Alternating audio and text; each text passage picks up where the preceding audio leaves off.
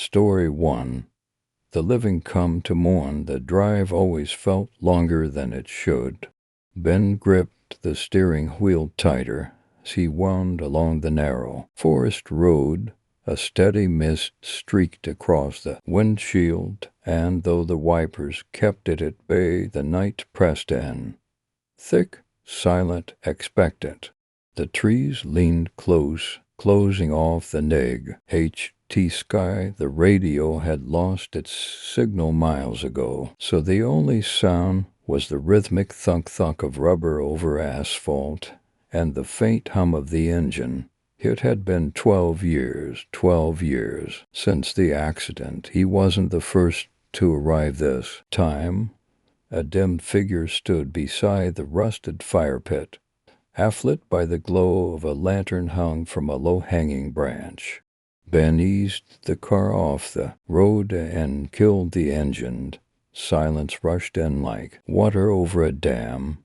One by one, the others emerged from the trees or rolled up in battered trucks and hand-me-down sedans. Haley, tall and sharp, nodded in greeting. Dylan, wearing that same ratty army jacket. Marcy, arms folded, face pale. And Tess, her hair longer now, but still curling wildly like it had when she used to do Her wheels at the lake. They gathered in a loose semicircle, no one quite ready to speak. Every year they came back here to remember, to mourn Jamie. It had happened right here, this clearing near the lake, deep in the Virginia woods, a party that turned into something else. Alcohol, rain-slick roads, screaming tires, the crumpled guardrail, a fire. After that, just wreckage and sirens, and Jamie's me whispered, a secret between friends. Ben glanced at the figure near the fire pit again. Who's that? They all turned. The man hadn't moved. He stood utterly still, his back to them, dressed in jeans and a hooded coat, hands hanging loosely at his sides. At his feet, small wooden crosses and metal markers, most weather-worn and crooked. The lanterns flickering, light cast a halo around him. Maybe one of Jamie's cousins, Haley offered, though her voice lacked conviction. Ben took a step closer. "Hey," he called softly, "you okay?" No response. Tess tried. "Sorry to interrupt. We're just here to remember someone." Still nothing. Ben frowned. "Can he not hear us?" Dylan walked right up and waved a hand in front of the man's face. No reaction. "Hey!" Dylan shouted. The man didn't flinch, didn't blink. Something prickled along Ben's spine. The air felt colder now. Tess took a cautious step forward. Maybe we should leave him alone.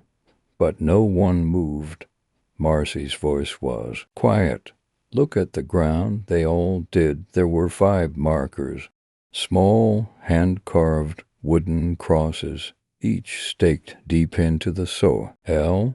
Names etched into them, faded but legible under the lanterns. Glow. Ben knelt, suddenly short of breath. Ben Marshall, Haley Price, Dylan Reeve, Tess Gallagher, Marcy Lynn. He reeled backward. Scrambling away. "No," he whispered. "No, that's not right." They all stared, frozen. Ben felt his heart pounding like it would rip itself free. He turned to the others. Haley pale, Dylan gaping, Tess trembling, Marcy whispering no over and over. Then the man moved.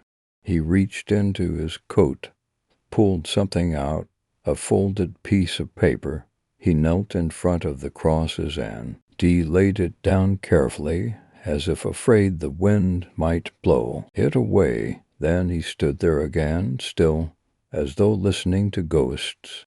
Ben crept forward and squinted at the note. Jamie's handwriting. No doubt he'd recognize it anywhere.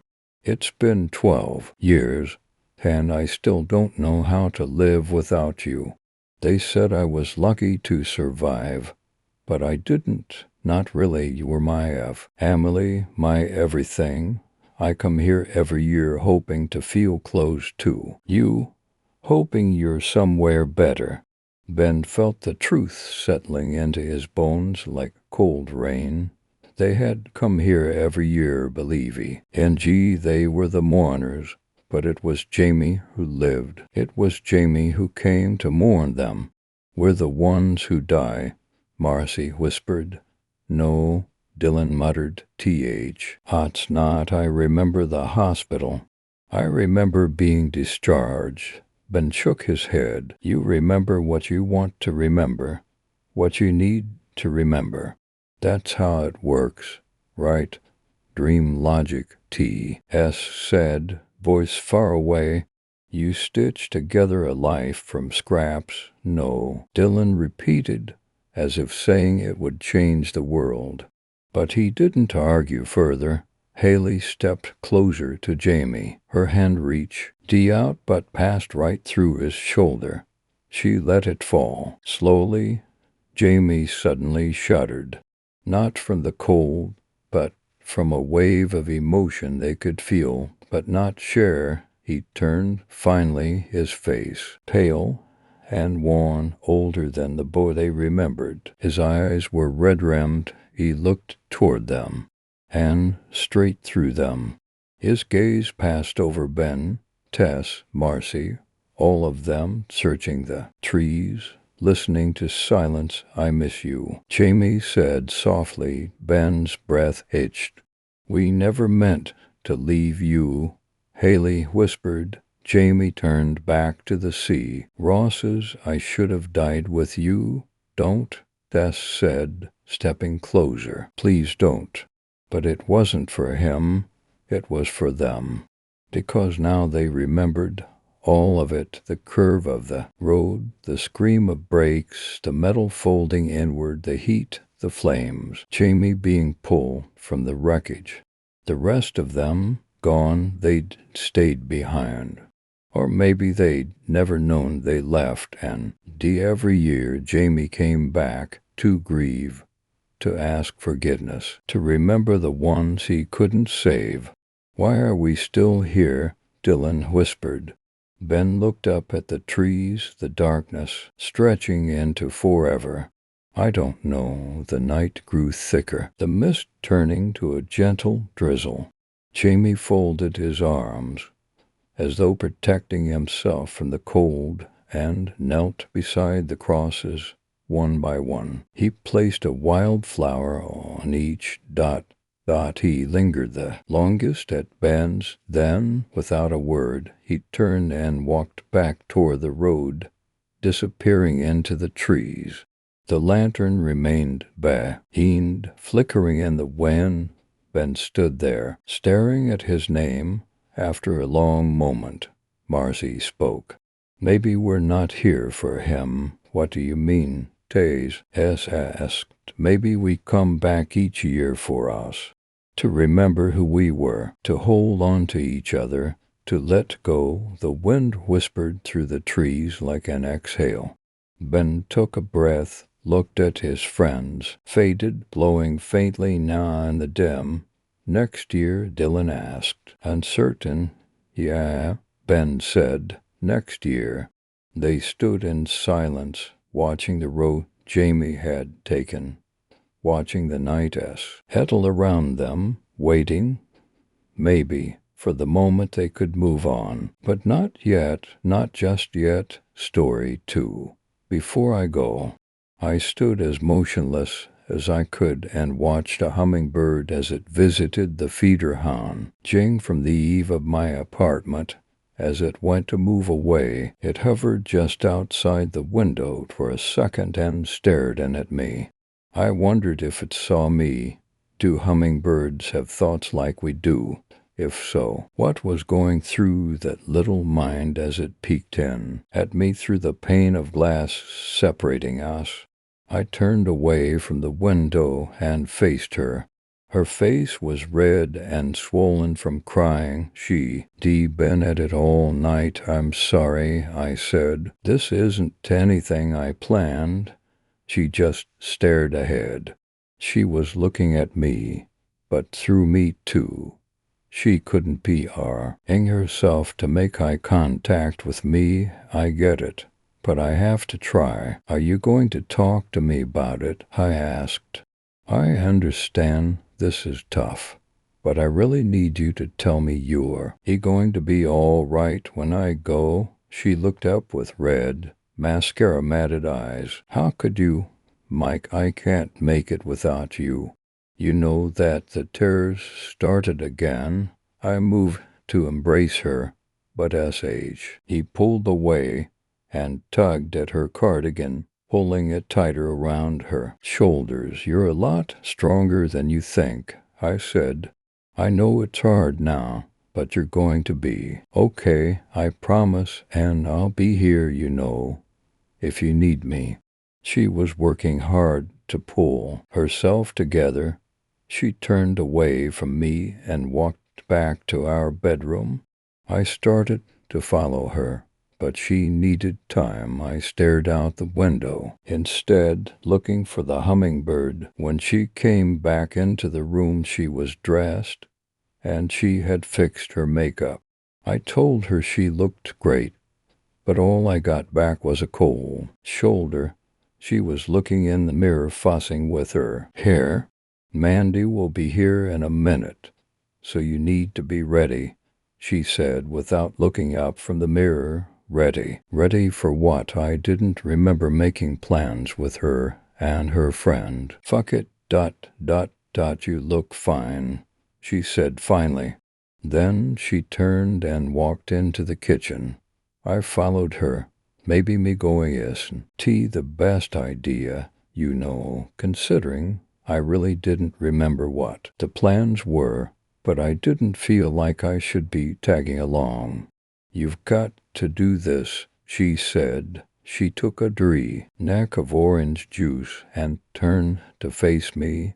She looked better, but you could still tell she'd been crying. Look, I'm sorry it's come to this. I was interrupted by the doorbell. She moved swiftly past me, checked herself one more time in the mirror, and went to the door. She paused for a moment, took a deep breath, and turned the knob. Mandy was standing just outside with her head tilted and with a forced smile. It was her I'm sorry face. I'd seen it 100 times. Hey, sweetie, you ready to go? Mandy asked, looking over her friend's shoulder into the apartment and at me. Yeah, I'm almost done. Give me a second. Want to come in? I'll only be a little longer. Mandy stepped inside the apartment and moved her arms into a tight hug around herself. Why do you keep it so cold in here, sweetie? You're always cold, I said. She ignored me. She always did. What? Oh, I don't know. I think there's something wrong with the thermostat. Mike was supposed to fix it. Her voice trailed off. I thought, here we go again, something else I didn't do. I stood there prepared for them to team up on me. Instead, Mandy just smiled and sat down on the couch. I'm sorry. I'll fix it before I go. I promise, I said. It was the least I could do. It's okay. We'll have the landlord come up and look at it for you. We can swing in his office on the way out. Mandy said. I said I'll do it. I shouted sharply at Mandy. She just stared at me blankly, but, damn girl, you need to get it fixed fast. It's freezing in here. She came in the room and sat down beside Mandy. She took a long breath and looked at her friend for a moment before saying that she didn't think she could go out tonight.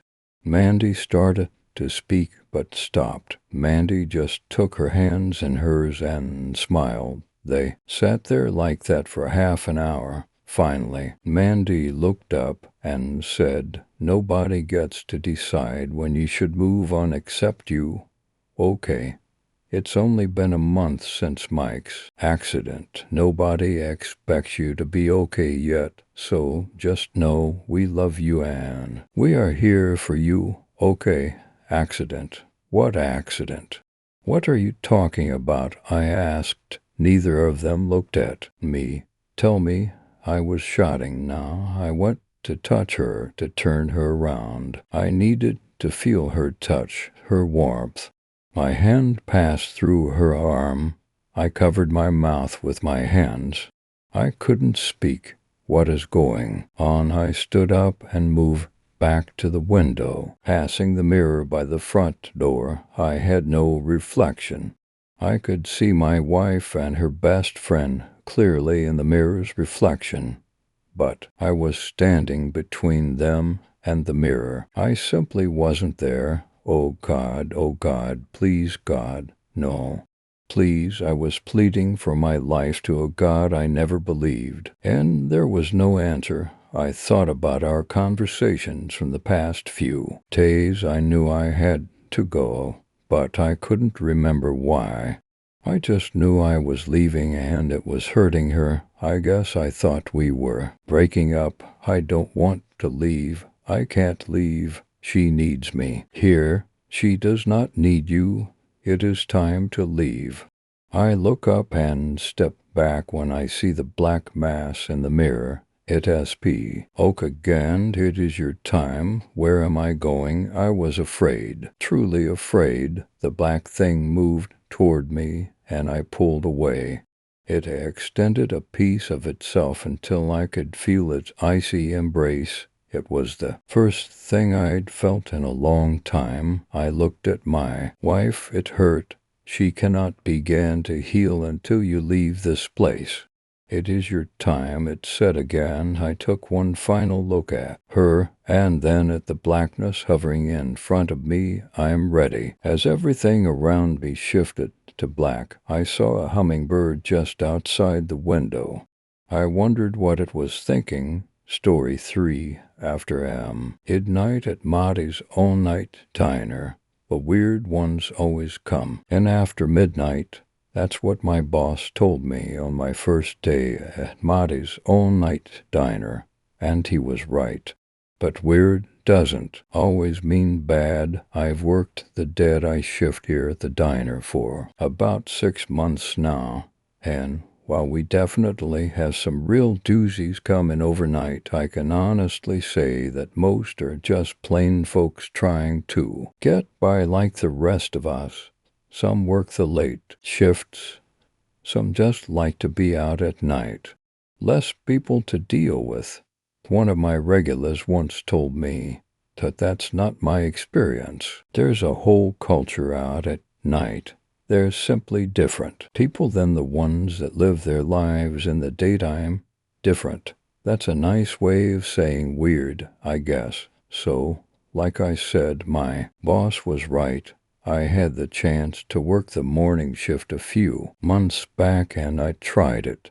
I did the coffee anti-crab with their non-spilled tumblers and bagels. Wasn't really for me. I even tried the early evening shift once, with all the tennis skirt-wearing soccer moms. Definitely not my scene. Then I realized that I liked the crazies and late shifters.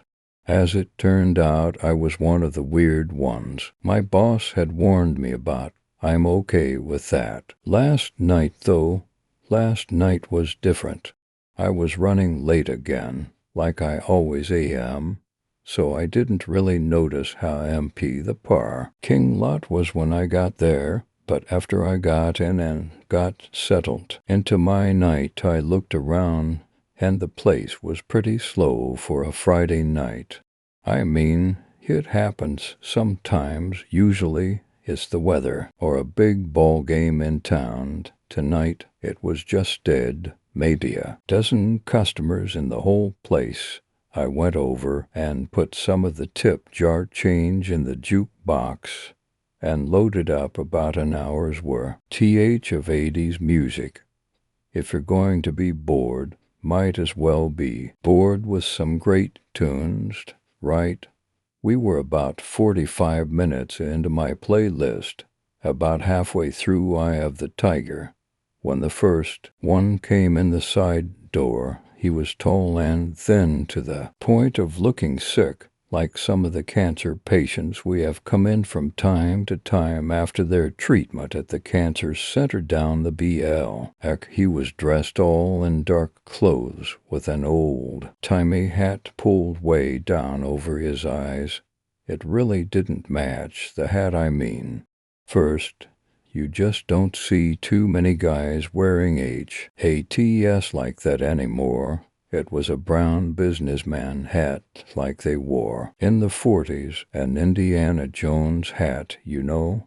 Second, it didn't match anything else he had going on. If he had been in a suit, maybe, but this guy had a ragged overcoat on over dirty clothes. It was pulled tight to his body and fell almost to the floor. There was something off about him right from the start.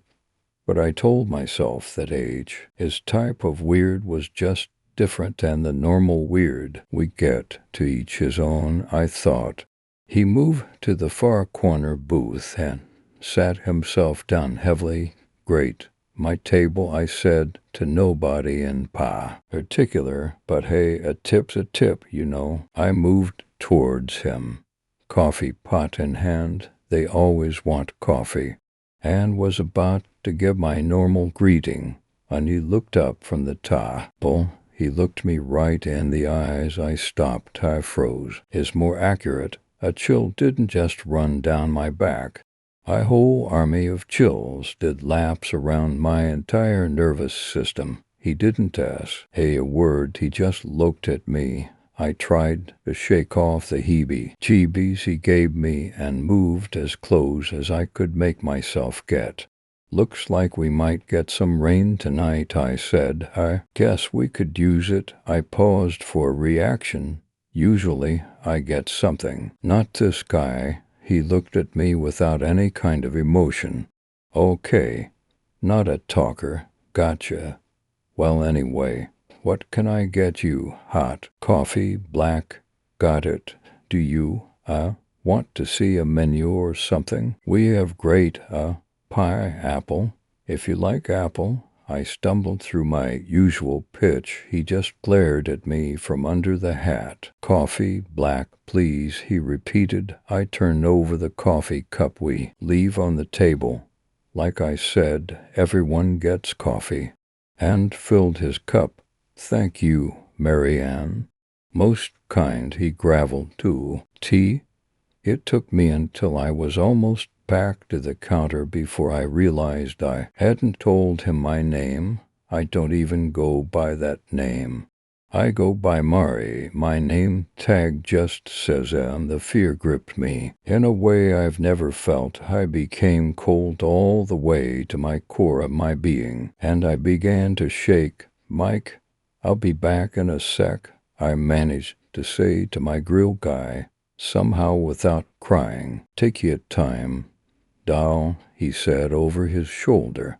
I'll be here when you get back, he said. It's what he always said. I went into the back through the swinging double doors and pushed myself against the wall. Hallie, I peeked out one of the small windows in the doors. He was still there sipping his coffee. He didn't appear to be looking around for me, or to even care. Maybe I heard him wrong either. Kitty. Maybe I just thought he'd said my name. Maybe he said, thank you there, man, and not Marianne at all. I had almost convinced myself of that ridiculous explanation, and he turned his head towards the back room. He smiled. His mouth was a thin line, without lips. They didn't open. But I heard him say it is Marianne, isn't it? It sounded like it was coming from behind me, from all around me. Still, his mouth never moved. I turned away from the door and slid my back down the wall beside the cherries. Oh God, oh God, oh God, that's all I could think. Tears were welling up in my... Yes, when Mike thundered through the doors, I screamed. Mike screamed. Then he grabbed his chest and pretended to have a heart attack. Damn. Da, you 'bout put me in the ground, at time, he said, laughing. He stopped when he saw I was crying. Hey, I didn't mean to scare you. You okay? Mike helped me up, and I explained what happened with the guy in the corner booth. Mike was mad. He liked to think he was my protector at night. Not just me, but all the girls on the red eye. He took care of us. He told me to stay in the back room, and he'd speak to the spooky asshole. I watched through the cracks around the doors as he approached the guy with the hat and leaned in on the table in front of him. You got a problem, pal, because you're freaking my waitress out, and I don't like that, Mike said, raising his voice. I have no problem, Michael, but I like your shirt, the man said to Mike. Oh, you do you? Yes, but it's missing something, Michael, he added. My shirt is missing something. You kidding me? You think this is a joke? Well, let me tell you something. Mike was stopped short as the man pulled a short, slender blade from him within his coat and slashed quickly across Mike's neck. The blood saturated down the front of Mike's stained white t-shirt almost instantly. Mike's eyes showed surprise first, then horror as the realization of what happened set in. He tried, but couldn't speak. The cut was too deep. Mike slid down into the booth across from the man and then onto the floor there. That's better. I do prefer bright red to plain white. Don't you, Marianne? The man sipped his coffee loudly before turning his head towards the back room. It only took the other diners a moment to process what they had just seen. They all ran for the doors at once, only to find them unable to be opened. Not locked, just immovable.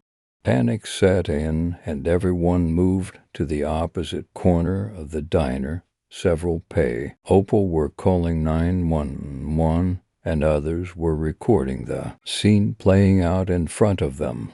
I stepped out of the back room and moved to join them, safety in numbers and all that. Before I could get out from behind the counter, the man in the hat raised his arm in my direction, and I stopped moving. I was trying, but my body just wasn't cooperating. The man in the hat stood and faced me, with his coffee still in one hand and the other pointing at me. He lifted his hand, and I felt myself rise off the floor. He jerked his hand into a fist, and I flew against the wall behind the counter. Ironless, I hung there helpless, about 4 feet off the floor. I looked at my customers, wide-eyed with fear, but all I could see were cell phones held up recording me. Come on, people, I said as the fear, at least momentarily, was replaced with anger. What the hell? Tears fell down my face in big drops now. What the hell? Indeed, that is an accurate question, Marianne, the man said, now just a half-dozen feet away, before slurping his coffee. Again, don't be too hard on them, Marianne. They are cattle, fearful, cowardly. Do you know what cattle is good for, Marianne? He paused. I didn't answer. I couldn't. That's all right. I'll help you. Cattle is good for one thing, Marianne, slaughter. At this, he turned towards the customers. They screamed. He laughed. He stepped towards them, but then turned back to me. Hang on a minute. I'll be right back to you in a second or two. Have you ever heard a gunshot inside a building? It's nothing like you might imagine, nothing like the movies. I wasn't prepared for the sheer volume of the blast, and for a moment I couldn't hear anything at all. I looked at the man in the hat, thinking it had go me from him, only to see a large piece of his coat explode out, the front of him splattering the customers with dark crimson. He grabbed at his chest, his hands slick with his own dark blood, and turned quickly to face the side door behind him. My eyes followed his, and that's when I saw the second one. Another man in a hat and a long coat. His squinted eyes never left the dark man's. Ar's revolver still smoking in his hand. He said, "You okay, me?" I was lost for a second. "Are you asking me or him?" The new stranger smiled a tight smile and said, "Well, I shot him, kid, so, as you can imagine, I'm not so much concerned about his well-being. You, on the other hand, are hanging on the side of a wall. Are you okay?" "Deacon," the dark man growled, drawing the noostra, and Gare's attention back to him. "John, whatever are you doing here?" "What a pleasant surprise," he said, doing his best to keep pressure on the gaping wound in his chest. He turned to me and said, "If you'll excuse me a moment, my dear, my friend here has caught me at a bit of a disadvantage." He turned back to the gunman. "It is good to see you, old friend. You're looking tired. Have you been sleeping enough? It's so important, you know." "I'm glad you're pleased," the gunman said, "and I'll sleep just fine once I know you're back where you belong. Why don't you let the nice girl down off the wall and let these folks go on their merry way, so we can talk, just the two of us, old friends? Oh, John, if you wanted to talk, all you had to do was ask. I had coffee. There was plenty more, and I'm happy to share. You didn't have to ruin my coat like that." "These aren't easy to find any more, you know," said the man in dark clothes. "Still, I suppose it is a small price to pay see an old friend such as yourself. I don't have time to play games." "Demon," the gunman said, "put the girl down or the next shot is going to ruin your hat. No time, here on Bow Road time, are we?" Another shot rang out, this time jerking the man's head sharply, sickeningly back and knocking his hat across the diner.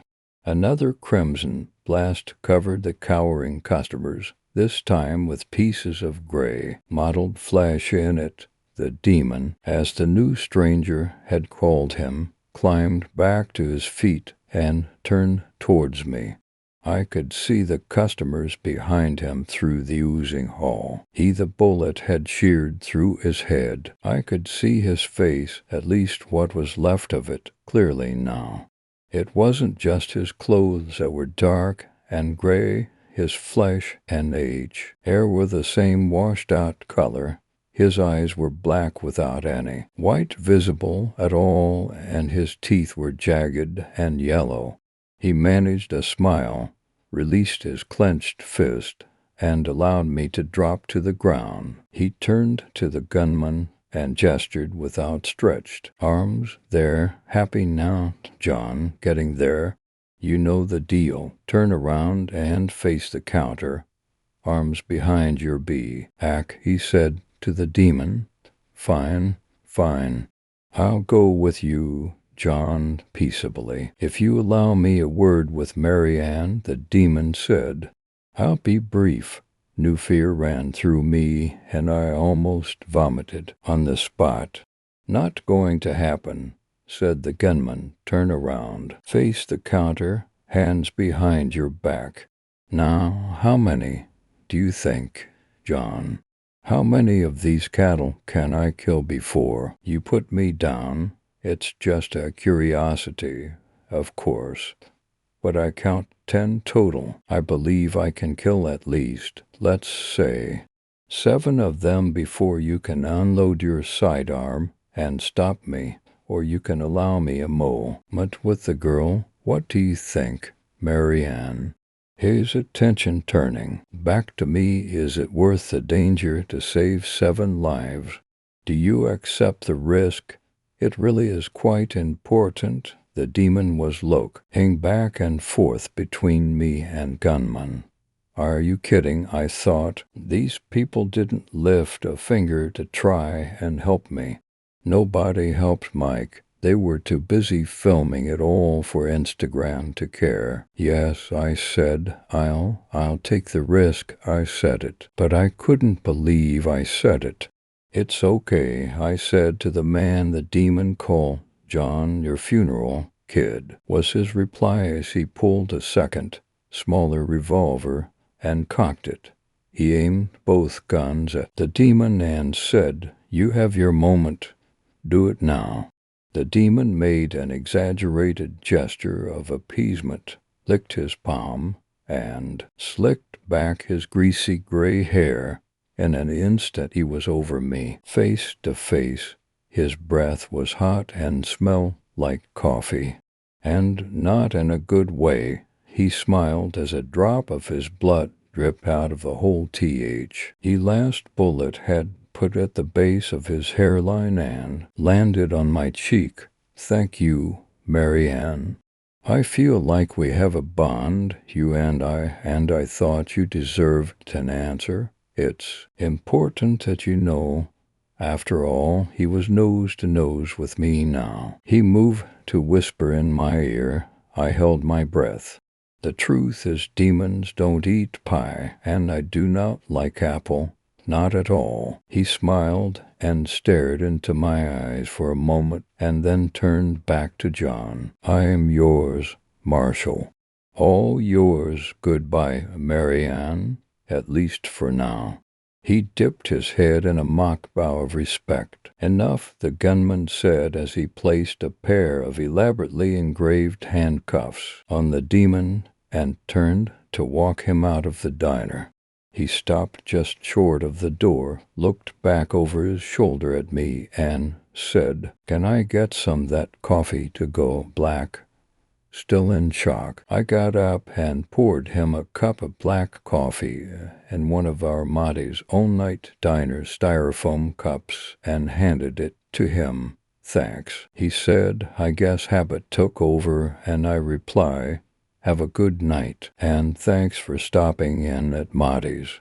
He just smiled and walked out of the diner, demon and toad. Everyone else in the place stood up and ran to leave through the other door, as far from the two strangers as they could get. Can't blame them too much, I thought. They're just cattle. The thought made me feel better for some reason. I waited for the police to arrive and told them a version of what happened, not an accurate one. I knew they wouldn't believe me, and nobody else was talking. Cattle. They took the information down for air reports and offered to call me an ambulance. I declined. Mike was dead, so I still had to lock up before I could go home for the night. I think I may call in sick tomorrow and stay home. Or maybe go out. After all, the weird ones always come in after midnight. Story for the diner. A man walks into a diner.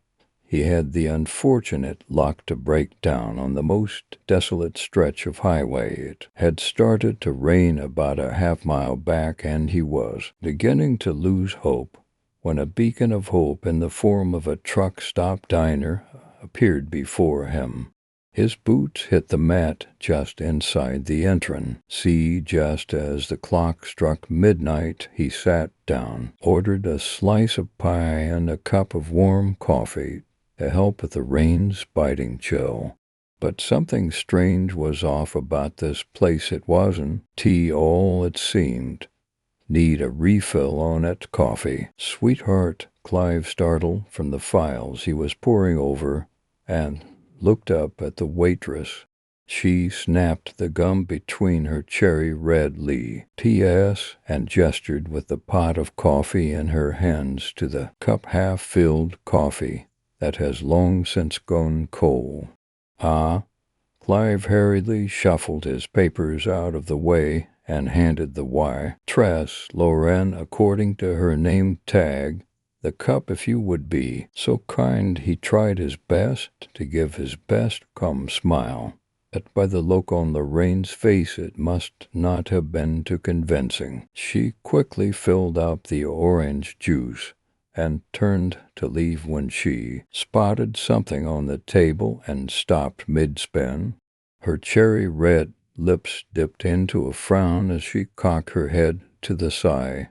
"Watch. I got there," she said, casting Clive a sideways glance. Clive followed her original line of sight to the photo that he forgot to clean up from his file.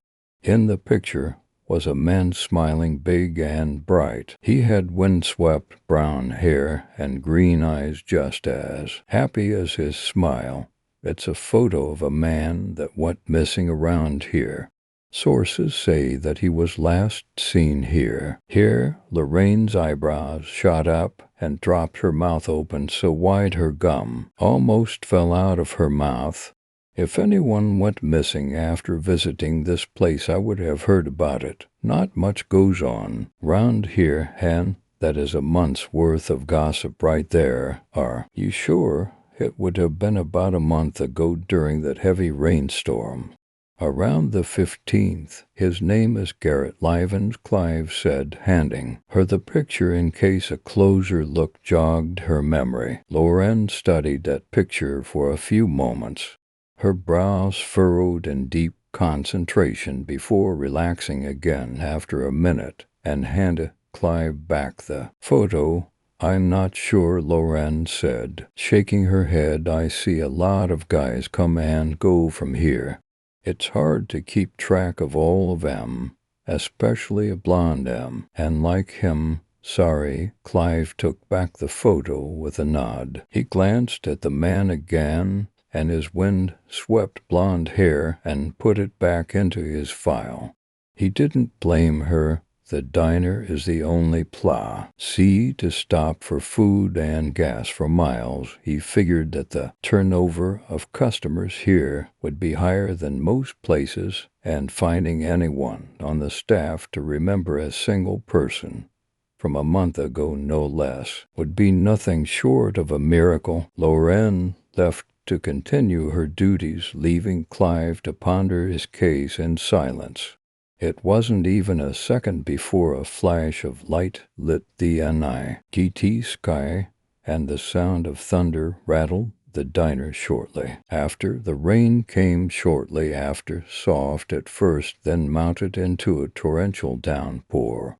It seemed that this night was beginning to shape up to be a night like when Mr. Livens disappeared. Clive sat in silence while he began to pore over the case once more, while listening to the sound of the rain.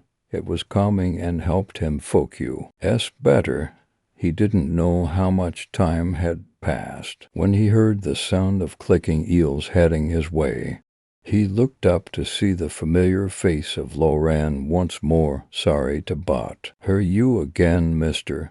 Clive." "Mr. Clive." Loren smiled and nodded slightly. "I was going about my work, but I couldn't help but be thinking about that man. You said that he came on a rye, and why night, about a month ago." "Yes, that's right. Could you tell me more?" "Not sure if I'll remember anything, but maybe there was something from that night that could have stuck out." "I'm pretty sure I was on shift the 15th. Clive quickly nodded his agreement and gestured to the other side of the booth. Loren slid into the other side and turned her undivided attention onto Clive. A small chill raced down Clive's spine the moment she turned her eyes to him. But this woman could potentially give him the lead he needed to put this case to bed, so he chose to ignore it. leafing through the case F. Aisles Clive began from the beginning. Garrett Livens was a model citizen. He was also a beloved husband and father. He could do no wrong according to everyone Clive talked to. So him up and disappearing was something that nobody expected him to do. According to his wife, Garrett left on a business trip about 2 weeks before his disappearance. The days leading up to it, nothing seemed amiss but tea. Trouble started when he came back. He began to act paranoid, as if something or someone were out to get him. Mrs. Livens said that he kept muttering about nonsensical things like he should never have gone inside, or it was as if they were digging up the past.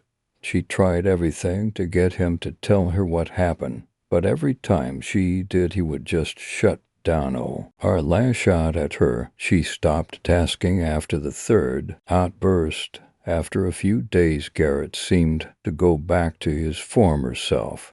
After a week, he finally opened up to his wife about what happened. He told her about breaking down and finding this diner. He told her that something was off about it, but he was cold, hungry, and wet, so he pushed his concerns away. It was just after midnight, and the place was almost deserted save for a waitress and the chef, but after a while strange occurrences began to happen. The diner began to morph and change. At times he felt that he had been in that diner before. The scariest feeling was when he felt like his mind was being ravaged from the inside out, as if his every thought was being torn out and examined. At that moment he tried to leave, but it felt like his soul was rooted within the diner. He ran for the door, but invisible hands tried to grab him and pull him back, but somehow he managed to shake them off and flee. Then the moment he left the diner, he woke up back in his car as if nothing ever happened. He tried to shake it off, but every time he thought about it, he felt as if he was back in that place. For a while, everything was fine, and Mrs. Livens thought everything was finally back to normal. But one night, as they were getting ready for bed, there was rustling outside the window, and Garrett looked out to check what it was. He hadn't even looked for a second when he let out a blood-curdling scream and dashed out to the door. His wife rushed outside just in time to see him speed away in his car. She tried call him for a few hours to make sure he was okay, but it always went to voicemail. That was the last time Mrs. Livens heard from her husband. Scary, it seemed like he had a few skeletons in each. His closet didn't heat. Clive looked up at Loren, who now had a troubled look on her face. He reached out and gently squeezed her hand, hoping to give her some reassurance, though his wife wasn't completely sure this would be the place. Garrett, don't you mean Grant, honey? What? I could have sworn. Clive looked down at the page, and there it was clear as day. Grant, how could he miss that? Must be the lack of sleep. You're right. She said Grant might have gone here, so she told the police to check. But without hard evidence of his being here, the police quickly nixed this see and move their search elsewhere. That's why she hired me. Oh, are you some kind of PI or something? Like that guy from TV. Clive straightened out his rumpled suit, hoping to give her the impression that he was a competent private investigator, but anyone with eyes could see the sweat stains or the old suit jacket that was now one size too small on him. Loren gave him a small smile, and Clive hoped that meant that she chose to overlook his clearly lacking visage, and hoped she would think he was at least somewhat competent in his job. Loren looked through the fill. S again, perhaps to help her remember Garrett, when, from somewhere within the diner, a voice echoed out, "Ladies and gentlemen, it is that time of night. It's the witching hour. So you know what that means. It's time to take spooky tales from our callers and... Oh, it looks like we have someone on the line. Go ahead, caller. What's your name and what's your story?" A different voice crackled from where the original voice came from. It said a name that Clive could barely make out, and started off their story by saying it was a dark and stormy night before the voice was abruptly cut off. "Sorry about that," Loran said, coming out of the kitchen. Clive didn't even realize she had moved. "Stan likes to listen to this show even though it comes on at midnight, but I can't handle that spooky stuff. Gives me the..." It felt like his very being was being turned inside out. One moment he was looking at Loran, and the next his vision was completely white. His thoughts were slowly escaping him, and he tried to grasp onto something, anything to stop this sensation. A man walks into a diner. He had the unfortunate luck to break down on the most desolate stretch of highway. It had started to rain about a half-mile back, and he was beginning to lose hope when a beacon of hope in the form of a truck-stop diner appeared before him. His boots hit he met just inside the entrance just as the clock struck midnight. He sat down, ordered a slice of pie and a cup of warm coffee to help with the rain's biting chill. But something strange was off at this place. It wasn't all it seemed. "Need a refill on it coffee, sweetheart?" Clive startled from the files he was poring over and looked up at the waitress. She snapped the gum between her bubblegum pink lips and gestured with a jug of orange juice. "Wait, pink." Clive looked closer, and his eyes didn't deceive him. Weren't Lorraine's lips red? He could have sworn it. Clive froze at the thought. Now that he thought about it, was he so sure about the color of her lips? This was the first time he saw Loran.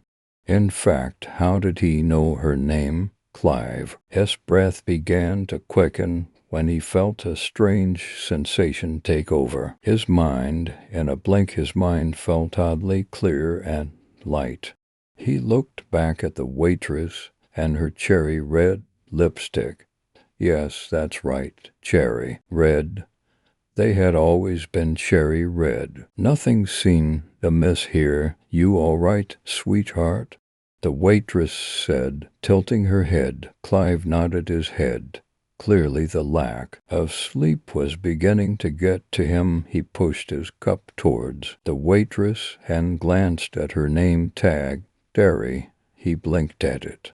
Something about it didn't seem right, but he wasn't sure why. Clive heaved a deep sigh and promised himself that once he was finished with this case, he would take a long vacation and get some much-needed relaxation. Terry slid Clive his glass of milk and gave him a nod before turning to leave. Clive reached for his milk when he stopped short and stared at it. Wasn't the waitress, Terry, holding a jug of orange juice? That couldn't be right. Clearly he saw it wrong. He must have. Lightning struck just outside the window, and from somewhere deep within the diner a voice echoed, "Ladies and gentlemen." Clive sat in a confused daze. It wasn't midnight yet. Why was this show airing? Once again another cold shiver ran down his spine. How did he know that? He knew it just as he knew that the waitress was holding a jug of orange pot of coffee, and that her name was Loran. A cold sweat began to gather on Clive's brow. He hadn't put much credit into Garrett's story about the diner. But this was too much to chalk up to a trick of the mind, and that moment of pain hit Clive's mind. It was as if a knife was rooting around and cutting into his very thoughts. This time Clive did everything he could to fight against this force. He wrestled hard with it, and for a moment it felt as if this force was going to overwhelm him. But at the last moment he was able to shake it off.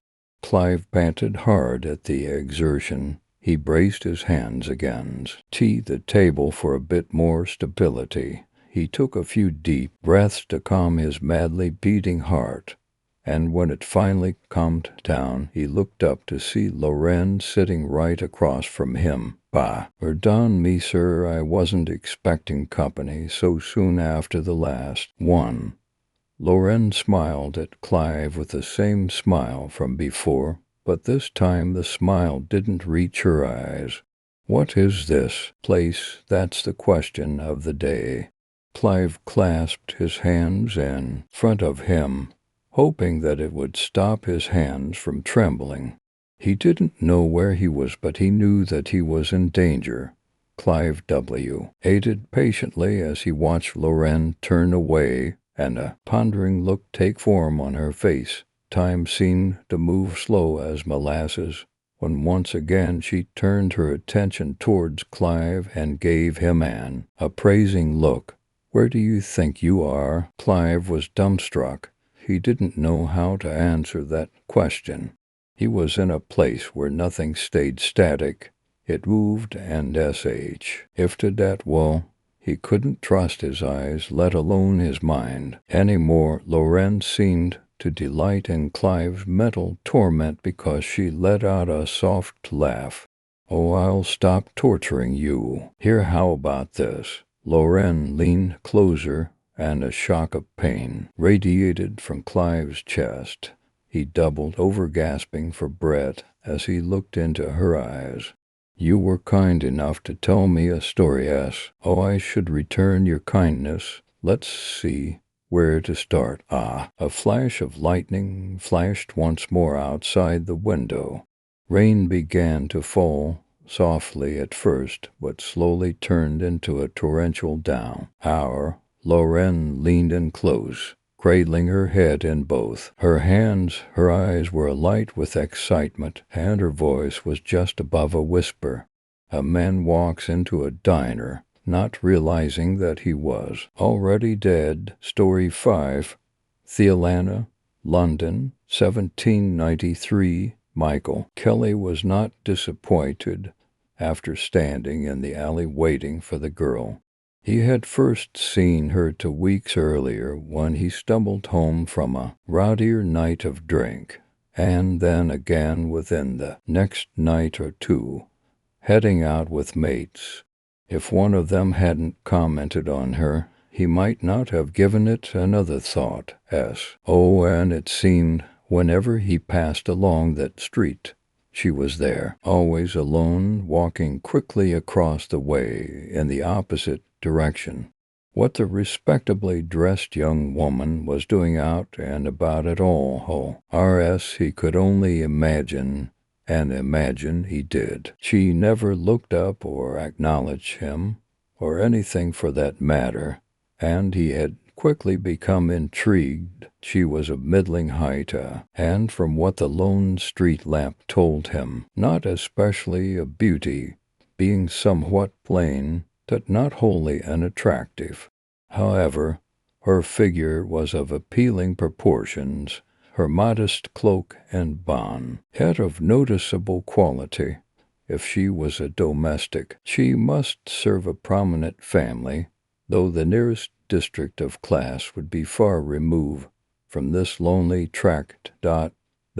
Kelly had considered following her, and one night had even made the attempt. He waited until she rounded a corner to cross the road and hurry after, only to find an empty street. His interest began to verge on annoyance, and he finally decided to confront her if she was foolish enough to tempt fate night after night in such an unsavory warren.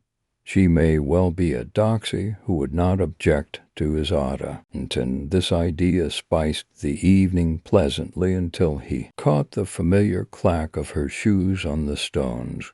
No one around, perfect, Kelly stepped out of the alley, deliberate and abrupt. Not 3 strides in front of the girl, she gasped in surprise and looked into his face for the briefest moment before attempting to pass by. Evening, miss, didn't mean to startle ya. It was a lie, and they both knew it before he blocked her with a quick step to the side. A bit late to be out on your own, isn't it? Please let me pass. Her voice was soft, timid, and not at all coarse like a common short-heel wench. She was younger than he realized as well, which brought a crooked smile to his worn features. Scarcely 30 himself, Kelly had the look and the wiles of an older and more desperate man. Here, now, what's the hurry, my young blossom? Don't you know these streets can be dangerous for a lady at night? Let me be. She stepped into the street in a second attempt to pass, but a gruff hand clamped on her arm to detain her. That's not very friendly now, is it, pet? The young woman winced and pulled against Kelly's hold, which only tightened with her persistence. He was close enough to study her pale complexion, proving she was of a better class than previously supposed. There wasn't a single blemish or scar that would mark her as a woman of the streets or even a local resident. You're not from here, are you? Kelly's blood was up with the thought that he might have the pleasure of her favors with no one. He the wiser. She had less business in these streets than he, and if she was to run into a bit of trouble, he figured she must be looking for it. He pulled her closer and leaned his face near enough for the stench of liquor to sting her eyes. How's about giving old Mike a kiss, darling? She squirmed and turned her face away, sparing her lips, but feeling his attempt fall on her neck, sticky and wet, he groaned with brutish pleasure and tugged her into the alley. I seen you these last weeks. And you seen me too, I know. That's why you been here every night, looking for me. Don't be shy, dove. We know each other, don't we? Come here, now. I won't hurt you. A knife made its appearance inches from her smooth young face, unless I have to. It didn't impress Kelly that she had not screamed or kicked or otherwise made a fuss. It only served to confirm his assumption that she wanted his attention as much as he was willing to give it.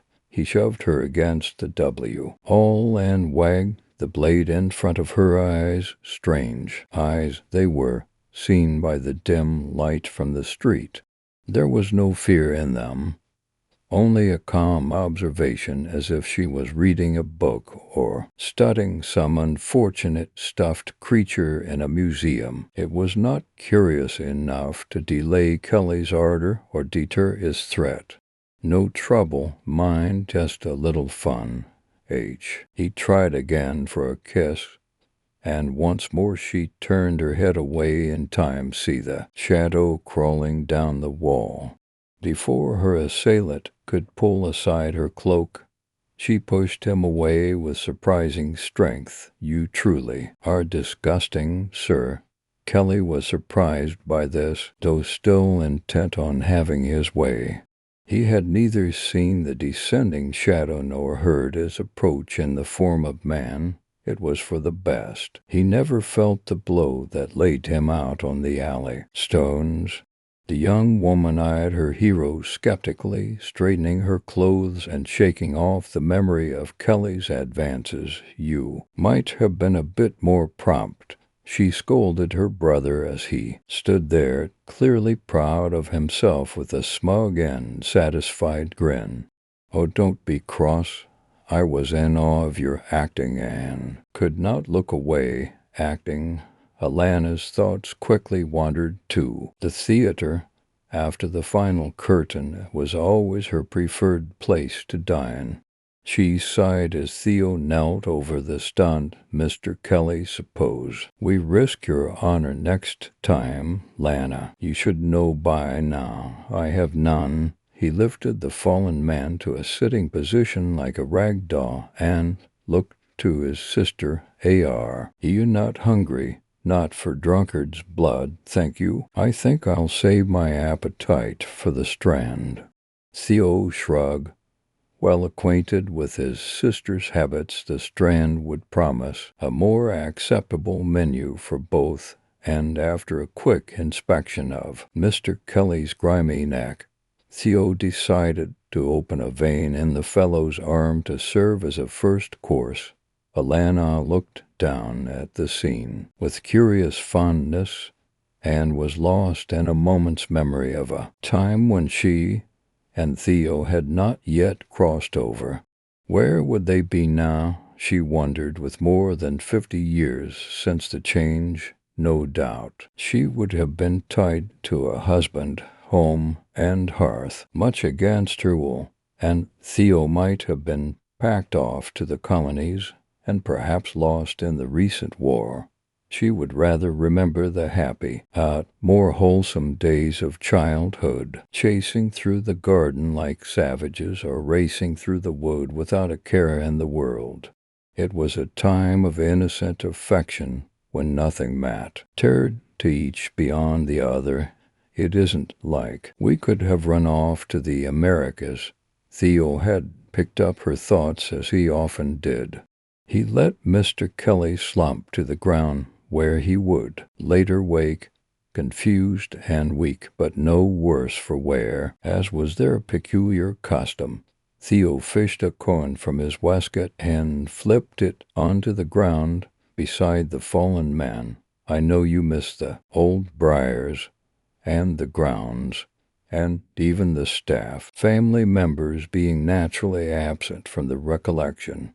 But we are as we are, and much better besides. Alana sigh gave the S. Hortus glanced at Kelly and readily took up her brother's offered arm for escort. And we could always still visit the Americas, he added. Not to worrying, Alana quickly assured with a smile, for tonight I shall settle for the Strand. Story 6, the Sapple. The light is off at the office, but it is not dark. Street lamps enter through the half-open curtains at an acute angle, turning the night into a sleepy gloom. Vague shapes can be seen in the room, if looked from the right angle. 4 rectangular tables, one for each corner, with their respective chair, screen, keyboard, and metal cabinet. Posters on the wall can be seen, but not read in the low light. An aquarium lounges on one of the cabinets, walls covered in algae scum and with a low buzz from the oxygenation pump. It is clearly in need of a clean-up. Work tables, like houses, show signs of the personality of their users. One of them is neat, piles of paper arranged in rows and plastic shelves with post-its on the screen serving as reminders for future or past events. It has a stapler on the left corner, an essential tool for the well-structured head that arranges documents by topic, relevance, and priority. The owner of this table wakes up within seconds of hearing the alarm to keep on track with the schedule. The table to the right holds an indefinite amount of stapled scientific publications and folders piled up in a messy ziggurat. Post-its, scraps of paper, and small notebooks can be found at any random point. This points to either a tangled mind that can keep to thoughts in a row, or to a sharp mind with a different definition for what order means. Often, it is both at the same time. A third table is devoid of any sign of life, unused or abandoned. A thin layer of dust reflects what little light enters through the window as if it was powder snow, thin enough that it could not have been deposited over a long period of time. This place was alive until very recently, but now is found in ruins, and speaks of absence. Someone has left permanently. The fourth table in this office is special. For one, it does not contain any loose paper. A single dark blue notebook lays to the right, a pen keeping it half open on its latest written page. To the left, a closed laptop shines a small red pilot light. It is not off, but simple. Why taking a small rest? It is not the only thing recharging batteries in the room.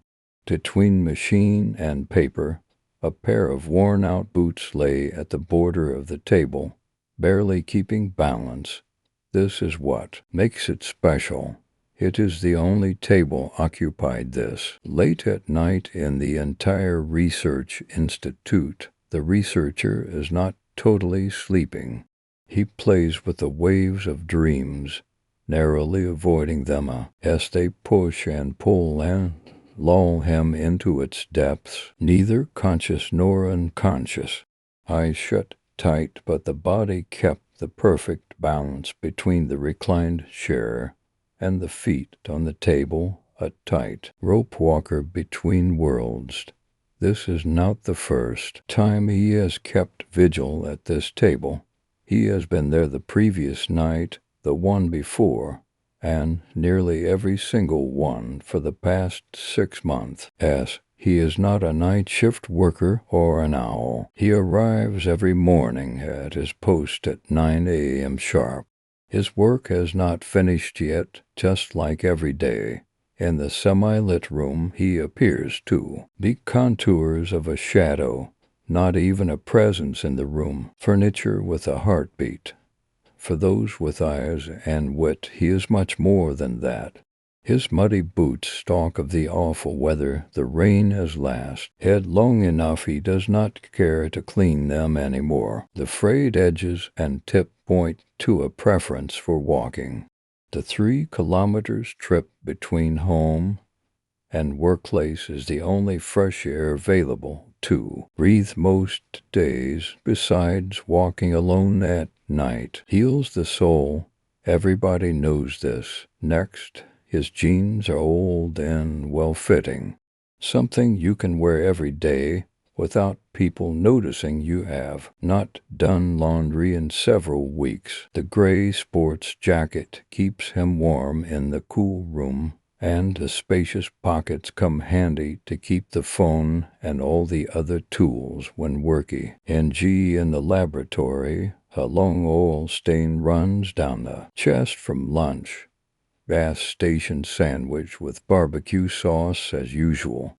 The sleeves are covered in old coffee stains. Finally, his face, scruffy 6-day beard, cracked lips from biting, bags under the eyes so deep they can only be created by years of late nights. A red skin spot next to the left eye, scratch raw due to a nervous compulsion born from stress. Standing next to him, you would notice he has nice body odor. He takes a shower every morning religiously. Any other defects in his presentation are not caused by slop-ins or lazy behavior. He just does not have the time to take care of his hygiene or health. His vision has worsened notably, but the glasses work good enough to read the labels in the tiny tub. As on the lab bench, he cannot smell anything with the flu he got last weekend. The bad coughing with phlegm has lasted since last Christmas, but it has not worsened yet.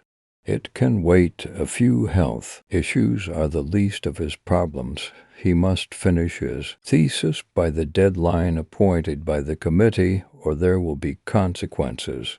He is in his third year, the last in this university. The rejection letter for his contract extension is on the top drawer of the cabinet. Any delays, and he will not receive his doctorate, and his advisor has already told him there will not be any other opportunities in his lab group. His career path would die in the embryo. His parents would call him a failure again, and this time he cannot beat the allegations.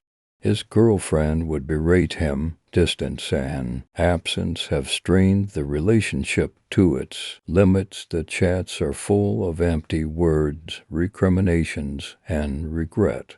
Making all of that suffering be for nothing would be the proverbial straw that breaks backs. He will not be a failure. All of this can be seen in the sleeping figure, in the tension of his muscles, in the slightly emaciated face that marks sharp cheekbones, in the tense jaw and the too straight back. Even in sleep, strings taut to the snap point. He sleeps, but he does not rest. Suddenly, a strident melody cuts through the silence in the room. It comes from the phone in the young man's pocket. The device screams, vibrates, and shines at 2:31 a.m. as instructed. It is the alarm, saying it is time to take the next sample for the experiment. The researcher jerks in surprise, pushing the legs against the table. The chair finds itself on a very precarious balance on the two back legs, a somewhat unstable position. Panic surfaces on the man's face while he makes windmills of his arms and screams silently. He is about to fall back and break his neck, until gravity pushes him forward and he staggers to his feet. Using the momentum of the fall, he painfully hits the corner of the table with his hip and finds a stable position, hands on his knees, heart pounding. He takes deep breaths as his eyes struggle to focus on the gloomy office. The alarm startled him, for sure, but that was not all. There was a dream right before that, something terrifying. He remembers a huge roar, blinding light, a fear that clawed deep into his bones. He cannot remember the details. Gulping, he gathers his thoughts and remembers the sample. He has to hurry. This experiment is time-sensitive. Sighing, he grabs the blue notebook from the table and shambles out of the door. The corridor is darker than the room. Rays of moonlight enter through the window to the right. No streets on that side, just a garden to the left. There is a pitch-black corridor with evenly spaced office doors on both sides and a bright spot at the end. The man could turn on the light with a flick of the switch, but it does not really matter to him. He has done this path so many times he could walk it blindfolded. Stay down the center of the corridor to avoid the trash cans, and everything goes well. He hurries to the light. It comes from a set of spiral stairs going downwards in a wide curve. He walks down the stairs, fumbling with his notebook as he uses his right arm to grab the railing and the left to be blinded by the halogen lamps from the lab spilling out of the semi-transparent door. He passes his magnetic key to the lock and is invited inside by a green pilot light and a playful musical note from the security system. He opens the door. A sterile white corridor hurt his tired eyes despite the protective hand. To white, to bright, he pushes forward anyway while his eyes adapt. To the third door to the left. Even blind, he can easily find his home and hell for the past few years. Laboratory room 1.3. A granite laboratory bench occupies the center of the room, machines crowding all available space. TC are machines, centrifuges, spectrophotometers. Metal closets line the walls, and an extraction hood is tightly fit on the farthest corner of the room. Several incubators pile up on the nearest wall, shaking cloudy liquids at comfortable temperatures for optimal growing conditions, and multiple cables and pipes scurry through the wall and ceiling. Movie NG flammable gases and refrigeration liquid. While avoiding the AC system in the center, the man lays the notebook on top of a machine and kneels down in front of one of the incubators. He hears a hiss, a high-pitched sound that barely stands out from the background, but his mind does not register it. In a room so full of working devices and pipes, it means nothing. He opens the oval-shaped incubator and takes out a dozen small Erlenmeyer flasks to a tray next to it, one at a time. He staggers as he picks up the tray and rises. The glass is heavier than it looks, and he is careful to avoid tipping over any flask. He walks toward the extraction hood, the only sterile area available in the laboratory. He needs to take the sample without contamination. The hissing becomes more noticeable now, but his tired mind takes its fights. He chooses to ignore any potential failing equipment until the next morning, when his colleagues can take care of it instead. Drops the tray on a table, connects the air extraction unit, waits until stable airflow has been established, and opens the hood. Sterilize the surface, put the flasks inside, the pipettes, the lighter, and the saline. The hissing noise is drowned by the air pump as his addled mind notices there is something weird about that sound. After all, he has developed an instinct about how everything should be. He in the laboratory, by virtue of all the time he spends there, and something is definitely wrong. He has never heard that sound from a machine, but it rings a bell. He has heard that sound before. If he did not have the flu, he could smell out the leak, if there was one. The young man frowns as he sits down on the work stool, sterilizing his hands with ethanol as he puts the burner connected to the gas line by pipe. He grabs the lighter from the table, and he tries to turn it on. This is one of the habits he has picked up, a ritual that he always does before doing sterile work. It helps him focus his mind on the task at hand and exclude distractions. Everything that happens after the lighter has to be done carefully. It is a bad habit, since he has just used ethanol on his hands, which is extremely flammable, but that just adds to the need for focus. Flammable. In a second it comes to him. He knows what is making the hissing sound. It is the open gas line. It should not be open. He must have left it open by mistake last time he took a sample 2 hours ago. Cold sweat runs down his temple as panic sets in. He turns rapidly to his right hand, holding a burning lighter. The room catches on fire. He screams, and the world is flooded with light and fire and pain. In the last second of his life, his mind holds a single thought that consumes him with shame and sadness.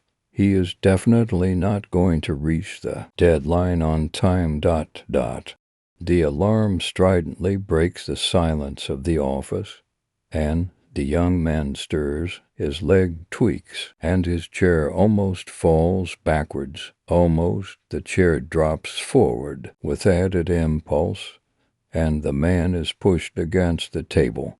He hits the corner with a hip, grimacing with pain and shock, breathing heavily. He tries to slow down his heart rate. The alarm startled him, but there was something else that woke him up and made his body react. He was dreaming, but he cannot remember what. He remembers that it was bright and warm and scary, but Nothing else. He checks the phone. It's 2:31 a.m., right? He needs to go take a sample. Story 7. Hush. Amanda drifts through the parlor wall, or is it the kitchen? The rooms shift when she's not looking. Not the rooms, her. She's the one shifting. Today she knows her name. That's good. That's a clear day. Amanda, she d. Ed in 1324. Plague. Or was it childbirth? The memories scatter. She can't hold them any more than she can hold her own hand. She knows she's been here a long time. The house wasn't this house, whatever. And she die. It was a smaller dwelling, wooden beams, thatched roof. The current structure grew up around her like a shell around a hermit crab. 1780s, maybe. Georgian architecture. She remembers someone saying that once, or was it yesterday? Time is soup. Laughter echoes from upstairs. The children, 3 of them. She thinks 3. They've been here much less me than Amanda. Decades, not centuries. They died in the 1950s, a fire, or maybe separate incidents. Amanda can't hold the information, but she knows their lot. Always running, always giggling, always hiding her things. What things? Ghosts don't have things, but they hide something. Her memories, perhaps. Take them and scatter them through the walls like marbles. The tallest bar, maybe 10 years old, zooms past making airplane noises. Niu. He flies through her middle. Cold shock. Her form ripples. Stop that, she says. A voice sounds far away.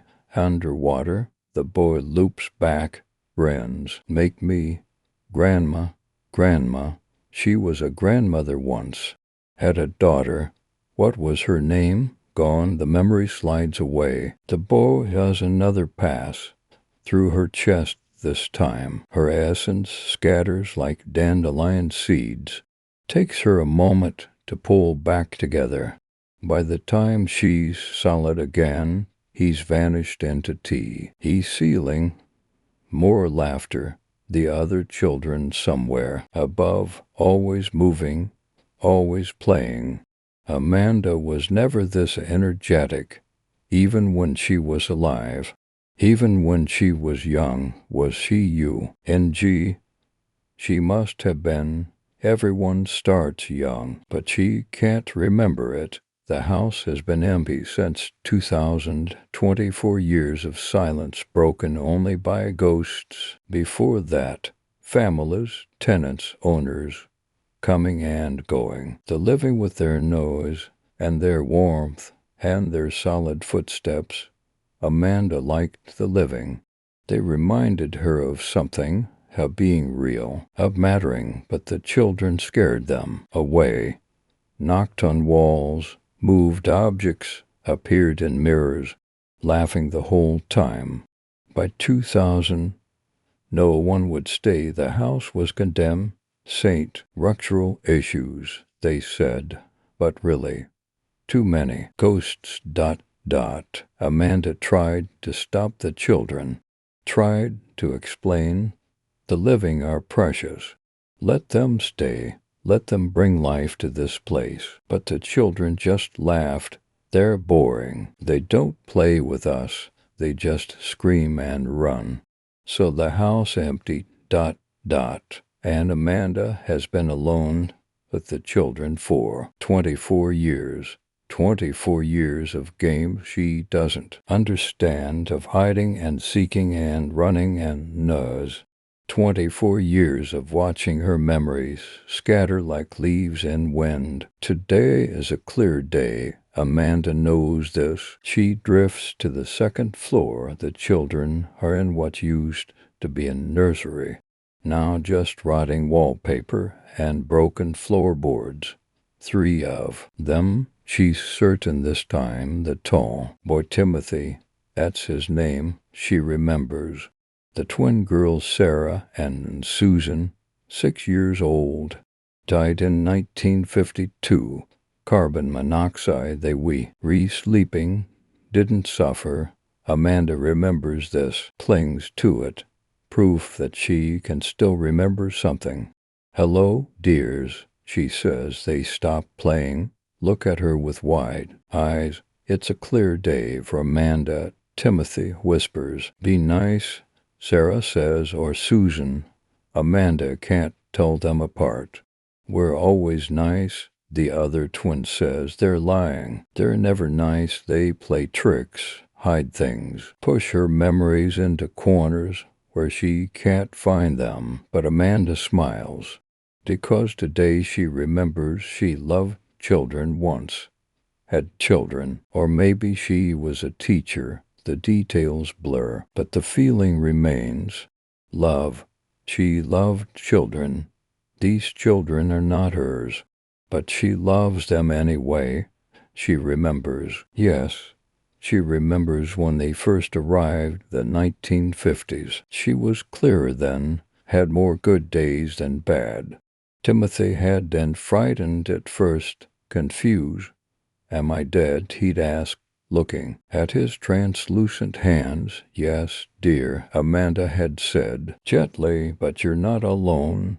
She'd shown him how to drift through walls, how to ride the feeling of being untethered. The twins arrived later together, thank goodness, so they had each other, and Amanda had taught them too. They played games, hide and seek through the centuries-old bones of the house. I spy with CTs. Only ghosts could see the residue of lives lived and lost. Timothy teaching the twins how to make themselves invisible. Sarah and Susan showing Amanda they could appear into places at once if they conk. ENT rated ... Amanda had laughed then. She's certain of it. The sound had surprised her laughter from a throat that hadn't drawn breath in 600 years. Again, the children had cry, make the funny sound again. When had it changed? When had the games become torment instead of play? She can't pinpoint it. Maybe when her clear days became less frequent, when she started forgetting their names, forgetting they were trying to include her, not mock her. When their come play with us, Amanda, started sounding like come play with us, Grandma, in that teasing, cruel way. Or maybe they'd never been cruel. Maybe she just couldn't tell the difference anymore. Would you like to hear a story? She asks the children in exchange glances. What story? Timothy asks. About the plague, about 1324, about when I died. We've heard it, Susan says, or Sarah, 87 times, her twee, and adds, you tell it every clear day. Amanda's smile fades. Oh, silence. Then Timothy zooms past her. You can't catch me. Grandma, the twins giggle, join him. 3 children zooming through walls and ceiling and floor, through Amanda herself, scattering her, laughing.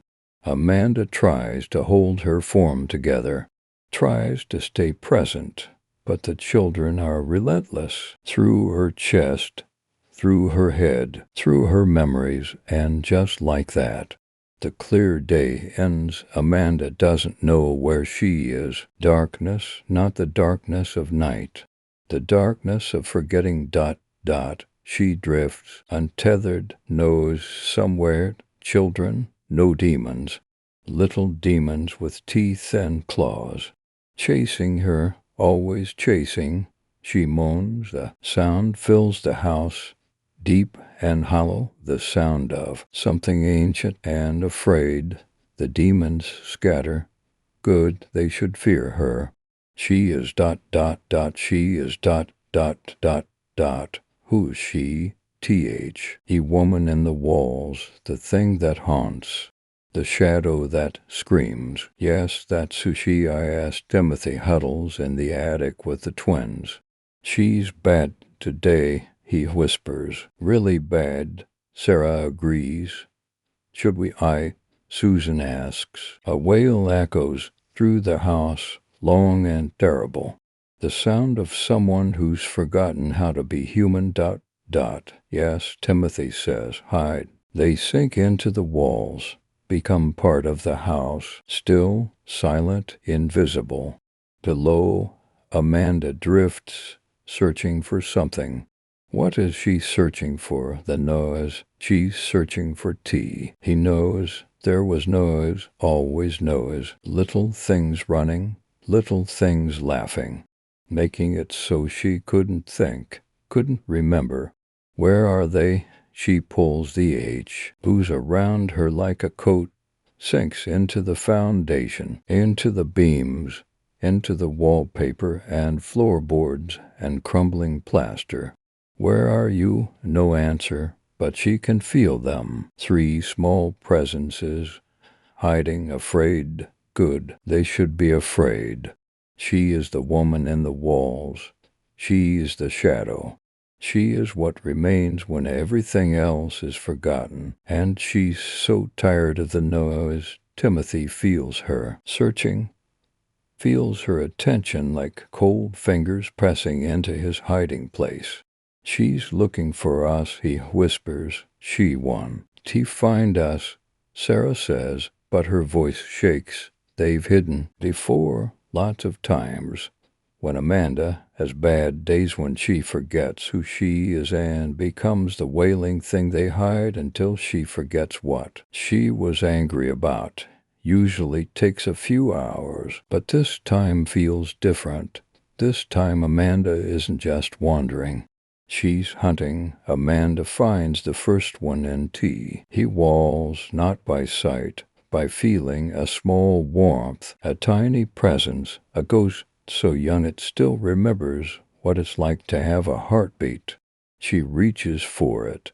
The ghost, the boy, she doesn't remember his name, but she remembers there's a name. Tries to flee, slips through the walls. But Amanda is the walls. Amanda is the house. She's been here so long she's become RT of the structure, and the house holds him like a fist. Please, the boy whispers. I'm sorry. We'll be quiet. I promise. Sorry for what? Amanda doesn't remember. She only knows. He makes noise. They all make noise. And she needs quiet. She pulls him closer. Ghosts can't eat. Ghosts don't have mouths. But Amanda finds she can absorb, can take him into herself, can make him part of her. The boy struggles, screams, but the scream becomes part of Amanda, too. Becomes another memory she forget. Another piece of scattered glass. And then, islands, one voice gone. Amanda drifts for a moment, confused. What was she doing? There was noise. Now there's less noise. That's good. But there's still noise somewhere. Still small things hiding. Still disturbances in the house. She keeps searching. Sarah and Susan feel Timothy disappear. Not die, he's already dead, but ceased his presence. In the house simply ends. What happened? Susan whispers. I don't know. They cling to each other. The way they did when the carbon monoxide filled their bedroom 72 years ago. The way they did when they realized they weren't alive anymore. The way they've done every time they're frightened. Below them, Amanda wails again, searching. We have to run. Sarah says. Where? Outside? Out of the house. They've never left the house. Didn't know they could. They died here. This is where they belong, but Timothy is gone, Anne. Amanda is hunting. They flee toward the front door. Two small ghosts racing through walls and floors. Heading for freedom, Amanda feels them moving. Feels their panic. The house tells her everything. She moves faster. Catches Sarah first or Susan. She can't tell which. Doesn't matter, the girl screams. Susan, run. So it's Sarah. Amanda absorbs this information without understanding it. Absorbs Sarah too. Pulls her in. Makes her part of the woman in the walls. Part of the shadow. Part of the forgetting.